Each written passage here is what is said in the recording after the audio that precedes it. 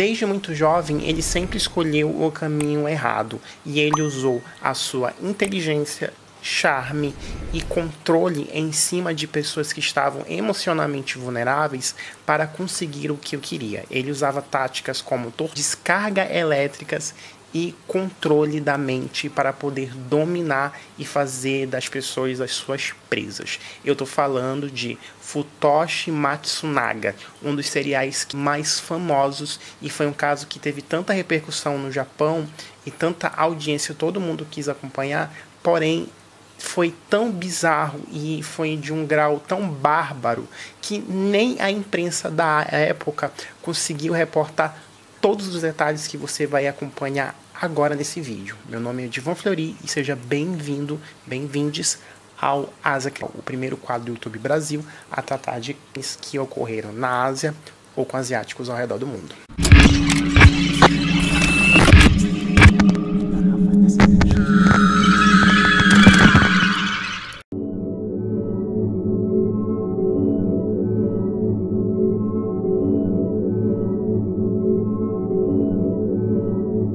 Esse caso que você vai acompanhar agora é dividido em duas partes aqui no YouTube. E essa que você está acompanhando é a primeira parte. Então, fica ligado que acabou a primeira parte, já vai assistir a segunda parte, que está linkada aqui nos cards do canal. Futoshi nasceu no dia 28 de abril de 1961, na cidade de Kyushu, lá no Japão. O pai dele era dono de uma loja de tatames, que são aqueles tapetes muito usados na cultura japonesa. Ele era já de uma família rica, então ele já nasceu em uma família abastada. De acordo com os relatos dos jornais na época e da mídia, eles relatam que a infância do Futoshi foi a infância de uma pessoa muito saudável, sem nenhum indício do que ele viria a se tornar um monstro no futuro.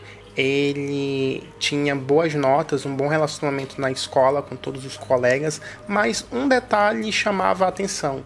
Ele era uma pessoa que gostava sempre de manipular e você também não podia acreditar em tudo que ele disse, em tudo que ele falava. Inclusive, tem até depoimentos de pessoas que estudaram com ele na infância e falaram que ele fazia várias afirmações e que mais tarde as pessoas chegaram até a questionar se realmente aquelas afirmações que ele fazia eram verdadeiras, como, por exemplo, ter sido presidente do conselho de classe, uma coisa que ele nunca foi na época. Durante o período de escola dele, ele conheceu uma pessoa que no futuro se tornaria muito importante e iria fazer parte de toda essa teia de rastro de sangue, que foi a Junko Okada, que eles se conheceram ali na escola, mas eles não se falavam muito, eles não tinham nenhuma proximidade, os dois. Eles eram apenas ali bons conhecidos porque frequentavam o mesmo ambiente escolar. Ele era um aluno comum, igual a todos os outros, até que um dia o pai dele descobriu que ele já vivia,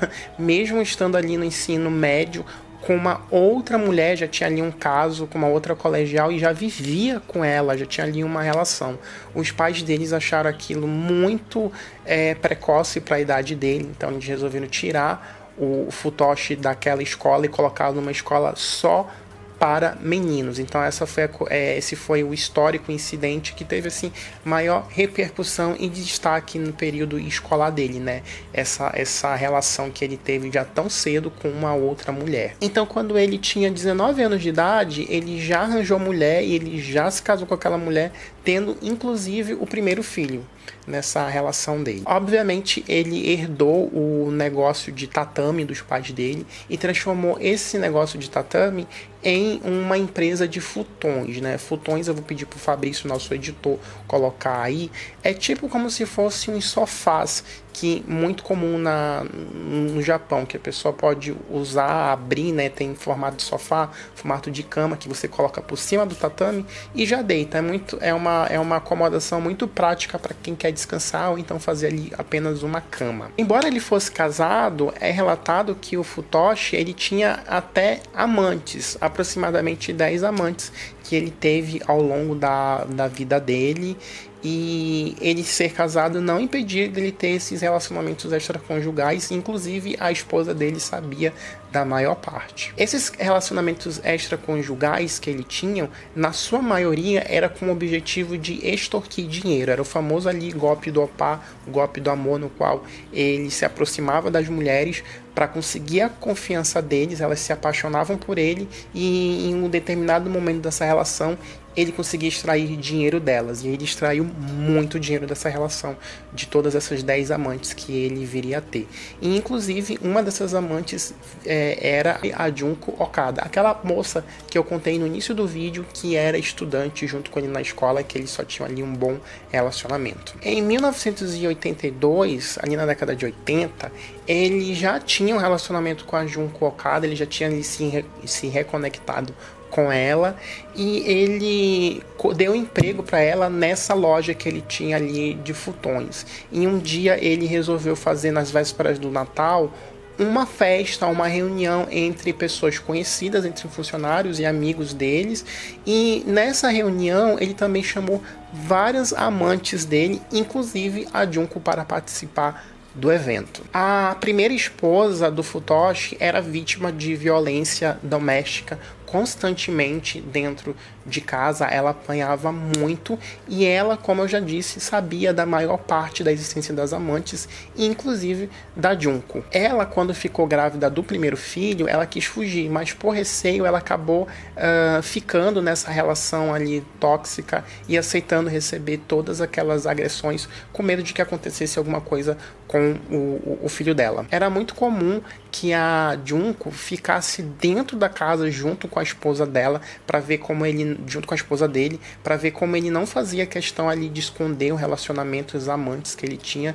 E quando a Junko estava em casa, a esposa dele relatou que ela sofria agressão e a Junko também sofria agressão física. As duas apanhavam ao mesmo tempo. A diferença é que a Junko, ela apanhava em silêncio. Ela narra que uma determinada vez, em uma dessas agressões, ele chegou a derrubar maionese no chão e ele falou para a Junko: lamba no chão, e a Junko fez em silêncio, fez tudo o que ele queria, e ela lambeu ali a maionese que estava no chão. Os episódios de violência só aumentavam, só ficavam cada vez piores, até que essa primeira esposa decidiu dar um pé na bunda e fugir. Inclusive, eu tenho um vídeo no Japão, que é um assunto do asa criminais de pessoas que estão desaparecendo,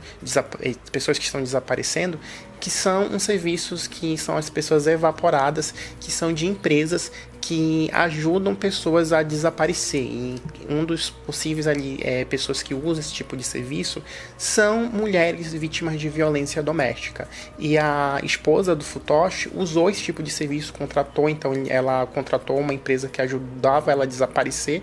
Então ela pegou o filho dela, pegou algumas coisas e sumiu do mapa. Isso deu tempo suficiente para que ela não fosse localizada e já começasse a dar entrada no papel do divórcio. Em uma entrevista para os jornais locais lá na época, a primeira esposa do Futoshi, disse que se ela não tivesse feito isso, tivesse fugido da vida dele naquele momento, ela teria tido o mesmo destino, tanto ela quanto a família dela, que a Junko viria a ter no futuro, porque ele tinha ali vários problemas de psicopatia mesmo, e vocês vão ver que essa história só vai ficar pior e vai ficar assim incrivelmente horrorosa. Quando ele ficou sem a primeira esposa, deixou ele para trás, a raiva dele só aumentava.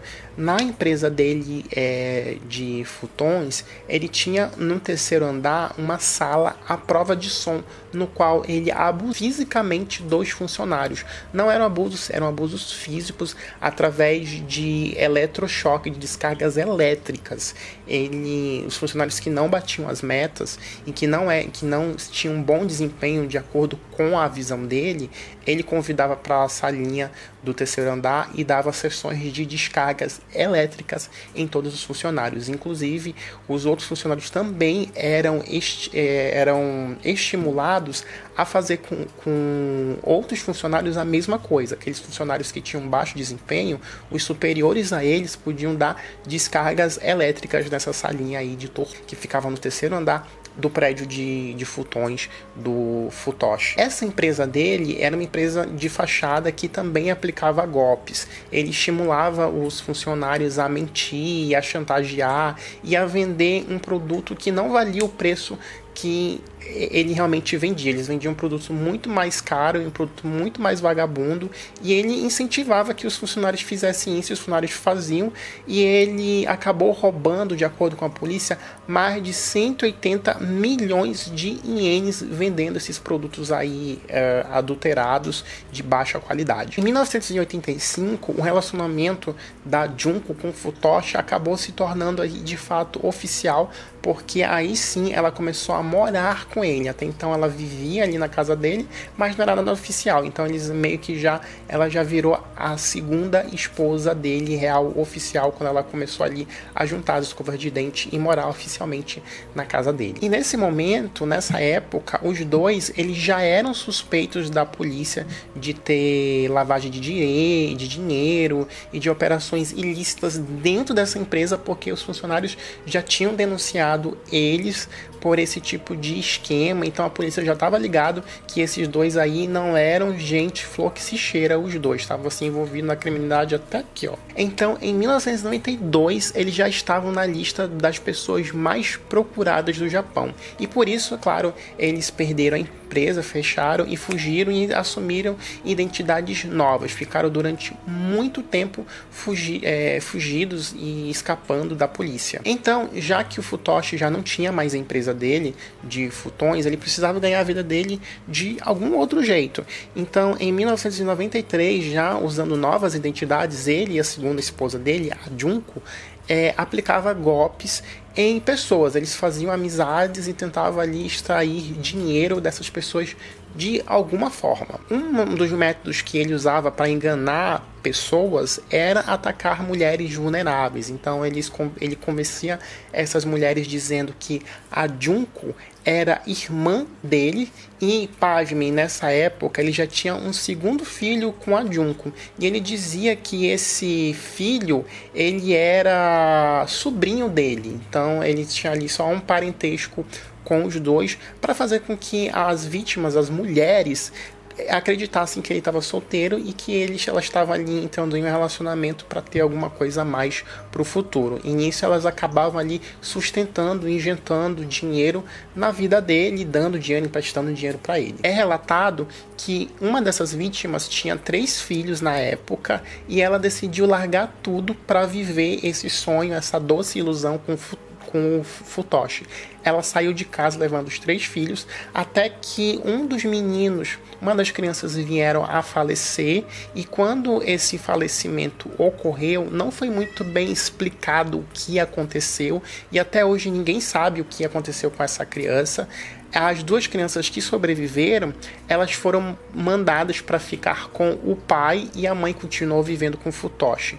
2 meses depois, ela veio a tirar a própria vida.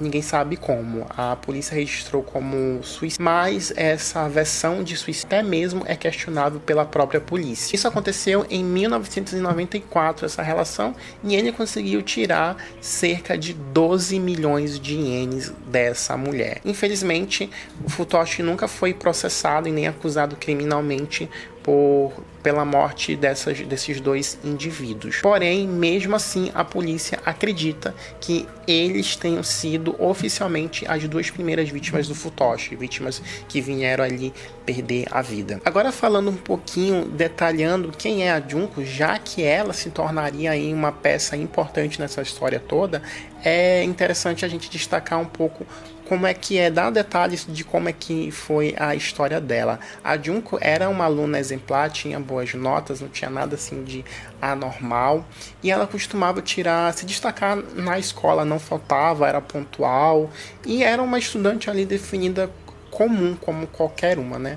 Até que um dia ela começou a passar muito mal na escola, ia começar a faltar, e foi quando ela começou a abandonar a escola de vez. Em 1980, ela acabou ali se reconectando com o Futoshi, né? Acabaram ali se cruzando, literalmente, né? Os dois.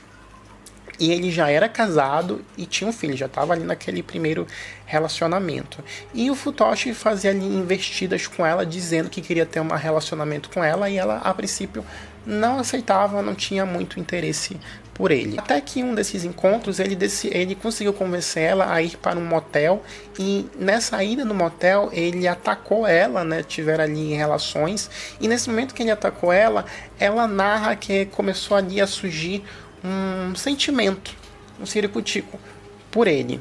E foi aí que os dois começaram a migrar de uma amizade para uma relação que seria trilhada por muito sangue. Então eles começaram a namorar. Lembre-se, ele já era casado e tinha um filho. E em 1984 ele conheceu oficialmente os pais da Junko, né? Os que viriam ser os sogrinhos e a sogrinha dele. Futoshi era um namorado assim, ó, exemplar, sonho de todo o consumo de mulher, de acordo ali com a história narrada pelos dois, de acordo com o próprio depoimento da Junko. Até que um belo dia ele descobriu que a Junko tinha um namorado do passado, normal, né? As pessoas se namoram, né? As pessoas têm um passado.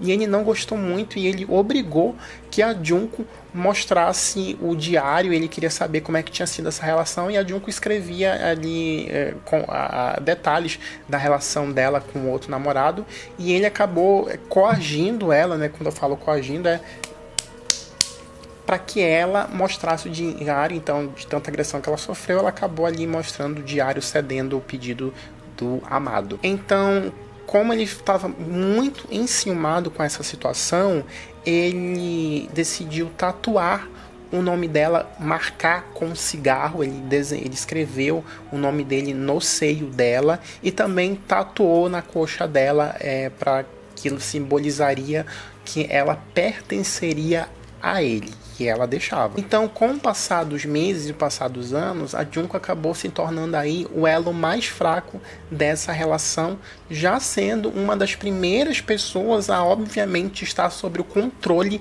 da mente dele, porque ele conseguia penetrar dentro da cabeça das pessoas, do sentimento, e as pessoas acabavam caindo no papo dele. Em 1985, a vida de Junko não estava fácil, ela estava nessa relação tóxica, morrendo de medo dele, mas mesmo assim cedendo às vontades. E em 85, ela tentou tirar a própria vida, porém não deu certo, ela falhou nesse plano, continuou viva, e o Futoshi convenceu ela de que os pais dela não gostavam dela porque ela tinha tirado a vida dela, por causa desse episódio. Quando ela teve esse episódio em que ela tentou tirar a própria vida, ele não gostou disso, e ele acabou tirando várias fotos dela nua e ameaçou tanto ela quanto a família dela de expor a relação e de expor detalhes íntimos dela para a sociedade, para parentes, porque ele tinha essas fotos que seriam fotos íntimas dela. A partir desse momento, o Futoshi começou ali pouco a pouco a trabalhar na relação dela, da Junko, com a família dela, para que tanto a família dela quanto ela se odiassem. Então ele ia ali trabalhando ali aos pouquinhos na cabeça dela, para que ela achasse que a família dela não gostasse dela. Então um desses planos que ele tinha na cabeça dele, para que fazer com que a relação das duas se deteriorasse, enfraquecesse, foi convencer a mãe da Junko a ir para um motel com ele, e nessa ida dos dois, ela acabou caindo no papo dele, eles acabaram flertando e eles acabaram tendo ali relações, e ele usou isso como prova para dizer: olha, tá vendo? Até a sua mãe gosta de mim, eu e a sua mãe estamos tendo um caso. E ela ficou ali ainda mais vulnerável, porque ela achou que ela estava ali perdendo um homem dela para a própria mãe, e ele estava falando que foi a mãe dela que convenceu ele a ter um caso. Então na cabeça dela era a mãe dela que estava querendo tirar o Futoshi da vida dela, e as duas já estavam ali começando a se desentenderem. E por conta desse desentendimento, por isso que a Junko foi morar com ele naquele período, e foi quando a relação começou a ficar ainda pior, e ela participando das torturas com os funcionários naquele terceiro andar do prédio da empresa de futon que o Futoshi tinha. Ainda na década de 90, logo depois que ele se envolveu com uma outra mulher, a mulher dos 3 filhos, depois que essa moça já perdeu a vida, ele fez amizade com um corretor de imóveis e com a filha dele, que era criança na época, criança adolescente na época. Esse corretor de imóvel, as matérias chamam ele de Cúmio, que é um apelido, é a forma como os jornais chamaram ele, mas não era o nome dele de fato, era apenas o nome como os jornais o chamaram para poder separar as pessoas por nomes. Então eu vou referir a esse personagem como Cúmio, o senhor Cúmio e a filha dele. Aí o Futoshi começou a usar uma outra tática muito comum que ele viria a adotar em quase todas as vítimas que ele teve controle na mente deles, que era embebedar essas pessoas para que a cachaça entrava e a verdade saía. E as pessoas comentavam, jogavam para ele os piores podres das vidas deles. E ele descobriu que esse homem, o Cúmio, ele era um criminoso e tinha feito assim muitas coisas que estavam ilegais e que ele poderia parar na cadeia. Então o Futoshi descobriu isso e usou isso para controlar a vida dele. Começou a fazer chantagem. E ele falou o seguinte: você vai vir morar aqui na minha casa junto com a Junko e a gente vai viver todo mundo junto aqui numa comunidade.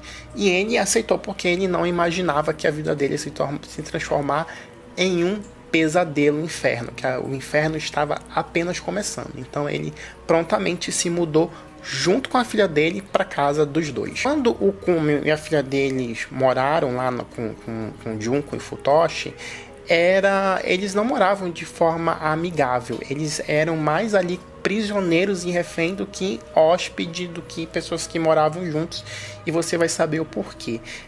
Tem vários detalhes aí que eu vou pontuar nessa história, dando detalhes assim bem superficiais por cima, mas como é que o Cúmio vivia naquela casa.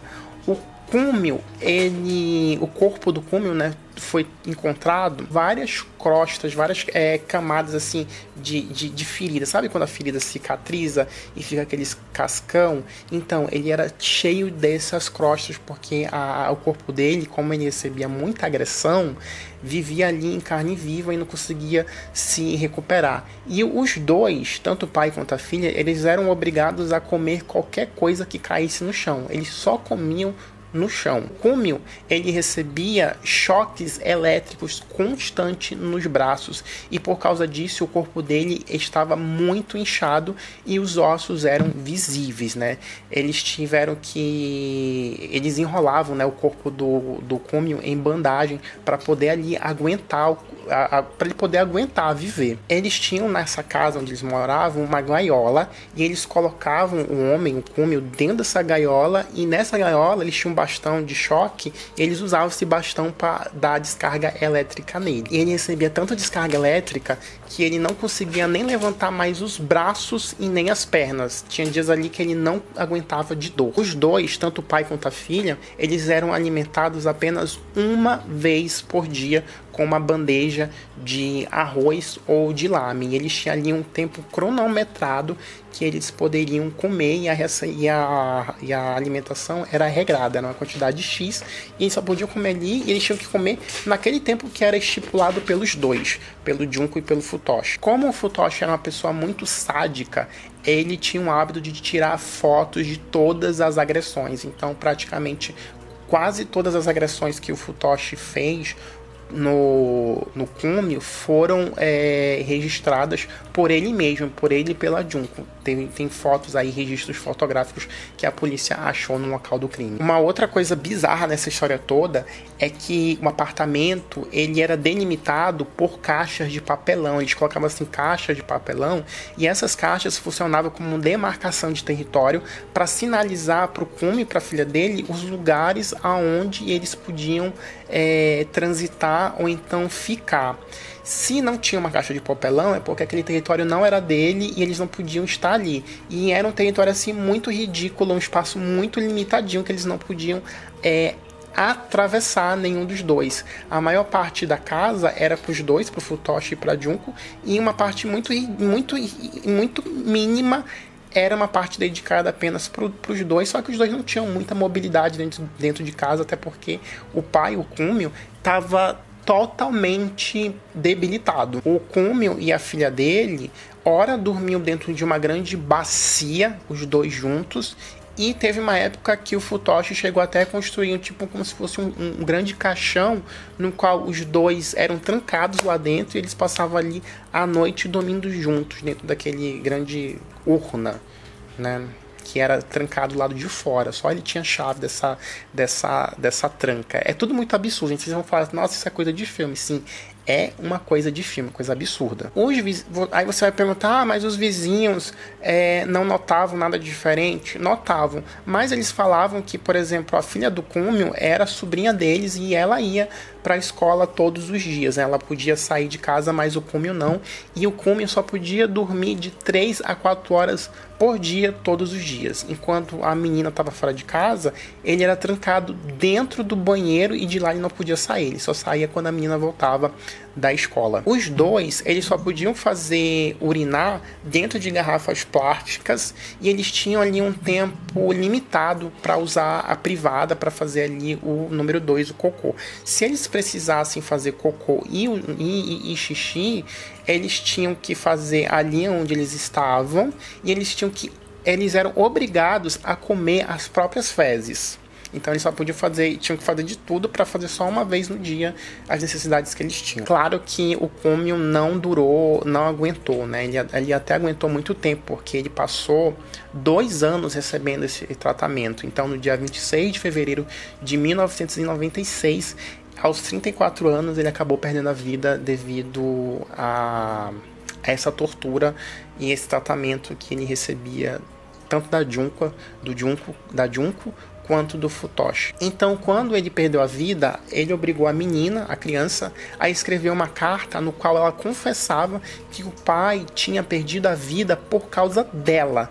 E o mais grotesco dessa história toda, que é um comportamento também que veio muito a se repetir nesse relato aí do Futoshi, é que ela, a menina, quanto a Junko, foram obrigadas a desmembrar o corpo do homem e a jogar as partes por aí no oceano, em partes aí. No mesmo dia que eles desmembraram o corpo e jogaram por aí, espalharam pela cidade, a Junko entrou em trabalho de parto e ela teve o segundo filho do Futoshi. Parece que nesse meio tempo a Junko, ela percebeu que ela estava perdendo o controle da vida dela e o que ela estava fazendo era extremamente criminoso e ela tentou fugir dessa situação. Ela tentou fugir, ela levou o filho dela junto, ela deixou o filho dela com a mãe, com os pais dela, e foi trabalhar aí como atendente na noite. Só que o Futoshi ficou muito irado com isso e ele queria saber onde que estava o paradeiro dela. Ele começou a caçar ela e ele teve um plano de querer chamar a atenção dela. Então ele disse que ele fingiu a própria morte. Então ele convenceu ali um grupo de amigos que ele tinha morrido e que ia fazer um velório. E essa notícia chegou nos ouvidos da Junko e ela foi lá no suposto velório dele. E quando ela chegou lá no velório, ela descobriu que ele não estava morto, ele estava vivo. Aí ele pegou ela pelos braços, né, deu um tabef nela e convenceu ela carinhosamente a voltar para ele e os dois voltaram. Isso que os dois voltaram, o destino não só da Junko, mas da família dela inteira já estava traçado na cabeça do Futoshi. Isso porque o Futoshi já começou ali a colocar a família dela como alvo dos planos dele, né? Porque ele viu que a família dela poderia trazer dinheiro para ele. Então, um belo dia, ele convidou os sogros dele para beber, mesma tática que ele usou, conversar e beber. E os pais começaram a falar todos os podres da vida deles, né? Começaram a contar aí todos os segredos. E o Futoshi pegou tudo, catou tudo no ar e começou a ameaçar eles, dizendo que ia expor, ia contar aí todos os segredos da família, e a família ia ficar aí em maus lençóis com a sociedade. Só que tinha um porém, se eles topassem ajudar o Futoshi começou a chantagear eles, ele ia guardar o segredo deles, mas eles seriam obrigados a todos os dias visitar a casa do Futoshi, a quase morar literalmente com eles. Ele já tinha ali uma casa junto com a Junko, então os pais, eles por pressão acabaram se mudando para a casa do Junko e do Futoshi. Então tinha o Futoshi, a Junko, os 2 filhos e os pais. Nesse momento, o Futoshi obrigou que o sogro dele, o pai da Junko, trocasse todo o encanamento do banheiro. Então, quando ele trocou todo o encanamento do banheiro, ele acabou virando cúmplice, porque ele acabou falando que ele era cúmplice do Futoshi. Ele falou que ele tinha ali corpo ali no banheiro e que, como ele trocou todo o encanamento, ele acabou sendo cúmplice de um crime, então ele estava envolvido naquilo. Então toda a família acabou entrando nessa história macabra. E todos aqueles equipamentos que o Futoshi tinha e que era usado no Kumio acabaram sendo reaproveitados nos pais da Junko. Então eles começaram a serem torturados iguaizinho e da mesma forma que o senhor Kumio foi torturado. E lembrando que a filha do senhor Kumio ainda estava sob guarda do Futoshi. Então tinha mais essa criança, né? Tinham 3 crianças dentro da casa. Então eles moravam juntos, tinha essa família, e o Futoshi começou a ter relações com a mãe da Junko e com a irmã da Junko, porque não satisfeito, ele também começou ali a chamar a irmã dela para que participasse ali das reuniões, embebedasse, e ela acabou sendo ali envolvida e acabou sendo pega por ele, né? Acabou ficando todo mundo de refém dentro da mesma casa. Como é que ele conseguia fazer isso? Através de pressão psicológica, porque ele tinha essa habilidade, é uma coisa muito surreal falar isso, mas ele tinha essa habilidade de controlar as pessoas, e as pessoas faziam tudo que estavam ali na vontade dele. E ele tinha essa habilidade que muitos psicólogos têm de convencer as vítimas. Ele tinha uma alta poder de lábia, de persuasão. O clima na família ficou péssimo, porque todo mundo sabia que o Futoshi dormia com a mãe, dormia com a irmã, dormia também com a Junko e era torturado. As crianças estavam ali no meio recebendo a tortura, todo mundo sabia e todo mundo aguentava ali calado, sem falar nada. A irmã da Junko, ela já era casada e ela não morava ali na casa, mas ela visitava todos os dias os pais e a Junko e o Futoshi.